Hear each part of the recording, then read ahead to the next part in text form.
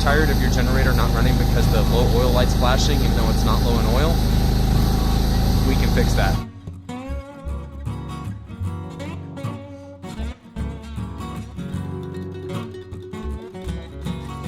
So as you can see in the video, it totally tore down. The other side, normally you do for like oil change and stuff. This side is a little more complicated. Some of the screws on the front have to come off, 2 on the top, 3 back here near the exhaust, 3 here at the bottom, and your wheels have to come off.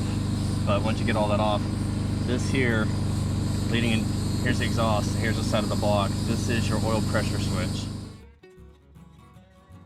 The oil sensor, I did snip off the end and try to reuse the green end to its original over here. This is the plug.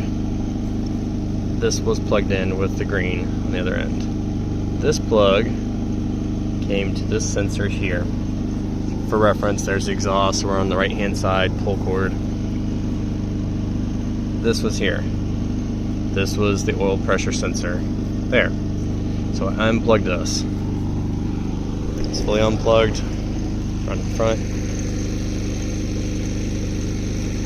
It's not wanting to stay, it does not want to shut off. So to shut it off now, I'm having to go to basically choke on. But fires up, it produces power. I can show you. The kill switch is no longer working because of that, but we bypassed the low oil pressure switch. So put it to choke. And it's not the most efficient way because we're dumping a lot of fuel in there. So it's a little more costly, but it is now, you know, we've bypassed the oil pressure switch, so instead of taking back to Harbor Freight or having to buy a new one, because that's a huge deal to tear down that block to replace that. Like I said, just unplug it. It bypasses the kill switch too, which is unfortunate, but now we no longer have an oil pressure switch. And just so you're aware, you never ever run it low on oil. It's leaning. But all good. Well, I need to change the oil anyways, but we're leaning right now. Yeah, just make sure your oil's topped off.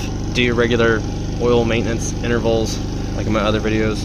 If you just do it by every 50 hours, you're fine. And you can even check it between, you're actually supposed to check it between each run. But hope you guys enjoyed this. If you did, make sure to hit that like and subscribe button, and definitely stick around because there'll be a lot more coming out. Anytime I run into an electrical issue on one of these, I will definitely keep you guys involved because I use them all the time.